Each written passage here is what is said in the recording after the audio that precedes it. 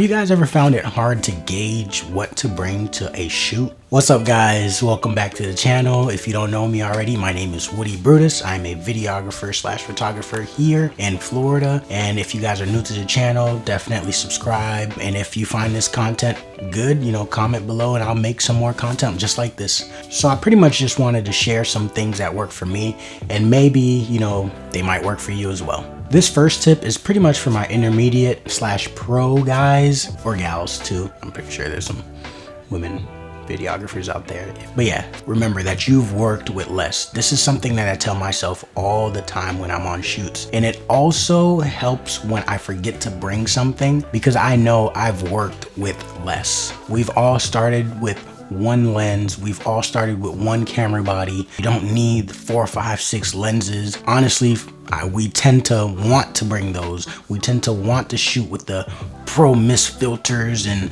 all those, gadgets and this, that, and the third. But remember that you've worked with less. I know as far as me, when I first started, I was handheld. I didn't have a gimbal. Now when I show up to certain shoots, now not every shoot, but when I show up to certain shoots and I don't have my gimbal, it never really bothers me because I've known I've worked with less. It doesn't really stress me out and I don't cancel the shoot because I've forgotten one piece of gear. Of course, if it's an essential piece to the project, now that advice wouldn't really work because you need that. But other than that, if you know it's not an essential piece, if you know you can go back and get the drone shot later, don't stress about it. The last thing you want to do is stress during your shoot. So remember that you've worked with less. Another thing that works for me is starting from the basics. Typically this works best when you have a shot list already established for the shoot or when you have a certain idea of what lens that you want to use. This typically helps the most.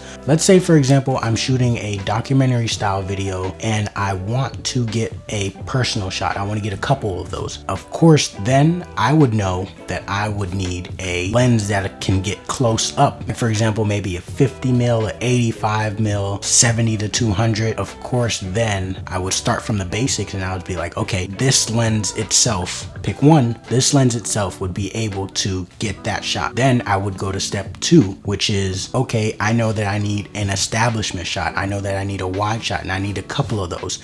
Therefore, I would get a lens, maybe a 24 or a 35, and then I would pick that. So now I have 2 lenses. So starting with the basics always helps the most when you have a shot list already prepared, especially when it comes to larger scale productions. Another thing that can help with that is watching, maybe, while you're in your research phase, find some inspirational videos that you can use as references for the actual video that you're shooting. Screenshot a couple of those scenes that you really want to get and then determine which lens can get you that shot the best. And another thing that's helped me stop bringing a lot of gear to shoots is simply challenging myself. If I know maybe it's a passion project or maybe it's something that I'm doing for a friend, I know that I don't need to bring 13 C-stands, 5 soft boxes, 40 lenses. I know that's a little over exaggerating, but I simply challenge myself. Matter of fact, when I first started my photography journey, I seen that I was taking a lot of shots and they all looked the same. And I was shooting at a 50 mil, those nifty 50s. That's one of the first lenses that you get. And then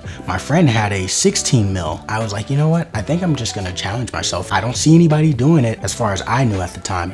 So I started shooting portraits with a 16 mil. I got so good with that lens. I don't think I went back to the 50 mil probably like 6 months to 8 months after. So you'll be surprised, you can find your style by challenging yourself. Maybe if you're a beginner videographer and you don't have a style quite yet, definitely challenge yourself and you'll be surprised with the results that you get. So as far as the matter of bringing so much gear to a shoot, these are what works for me and maybe they'll work for you as well. If you found some value in this content, definitely drop a like, definitely subscribe because I'll be doing more videos like this, and comment below what's worked for you so maybe it'll help me in the future. Peace.